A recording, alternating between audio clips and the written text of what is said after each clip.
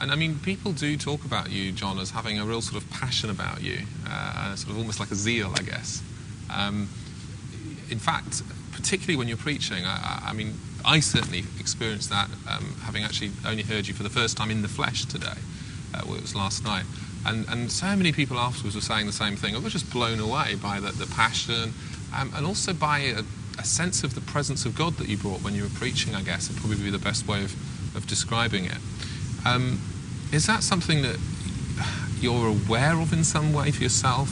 Is that something you can explain a bit as to why you feel that other people experience that? Is it something you feel yourself when you're preaching as well? How did that come about? Because, I mean, I know, for example, I remember Leach Duncan saying that when he heard you preach together for the gospel, he just felt, boy, I've never preached before. I've never done it. So what is it about you? Is there something special about you, or have you somehow got some kind of secret you can share with the rest of us? I don't usually feel that way when I'm done preaching. Okay. I usually feel... I talked to Don Carson one time, and I regard Don as a very effective communicator and a brilliant person. And he mentioned to me that he regularly walks away from his events feeling like he's blown it, which made me feel better, because I don't think you can ever quite know what God's doing. At the times that I have felt bleakest about the way I did what I was supposed to do, others have testified to being helped. And the times I felt liberated and free and engaged, did anything happen in them rather than just in me? And so I'm very suspicious about the way I feel about my preaching.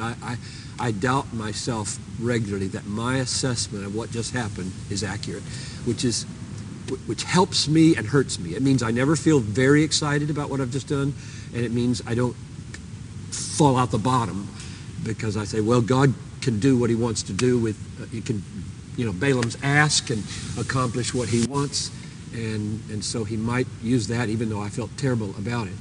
So I'm a lousy judge when it comes to saying, was there a presence of God, or was there an anointing, or was there an effect?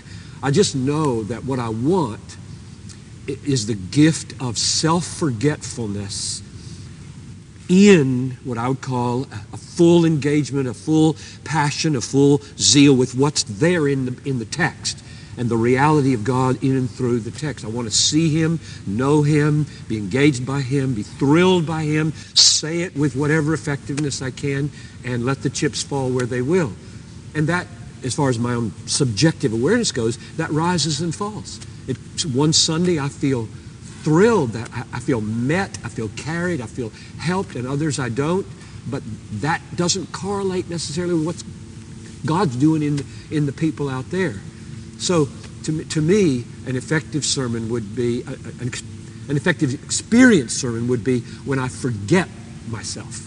I'm not thinking, I'm doing well here, or I'm doing badly here, or that was an effective comment, or anything like that ruins it for me. The gift is when you're not outside yourself watching yourself. You're so here that you're not at all conscious. There's not two of you. There's just one of you and God and the people, and a transaction is happening that's a miracle, because you can't choose to forget yourself. The act of choosing to forget yourself is self-awareness. So it's a gift. It's a phenomenal, precious gift in the moment, and you pray for it ahead of time, and it may come for 20 minutes, and then you lose it for 10, and you're thinking about your hands, and you're thinking about your notes, and you're thinking about the faces out there, and it's all discombobulated, and then it may be taken away in a moment, and you're free to, you go and you wake up 10 minutes later, and what was that? That was free. And so that's what I'm after. But I think that there are ways to cultivate what I'm talking about. And it basically is cultivating God-centered. It's cultivating prayer. It's cultivating a serious engagement with the Word. It's cultivating asking certain kinds of God-centered, Christ-exalting questions. There's a focus and a preoccupation. And then my root Christian hedonism, my root philosophy of life that whether you are satisfied in God really makes a difference as to whether you can glorify God. That's a huge thing. I mean, it's a theoretical construct that I think is in the Bible, but it has a practical effect, because I really believe if you're not passionate about God, you won't glorify Him as much. If you're more passionate about football than God, you glorify football.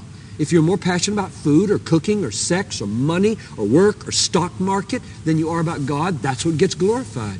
God is most glorified in us when we're most satisfied in Him. That construct of reality has an effect on how you pray about your life and how you live your life.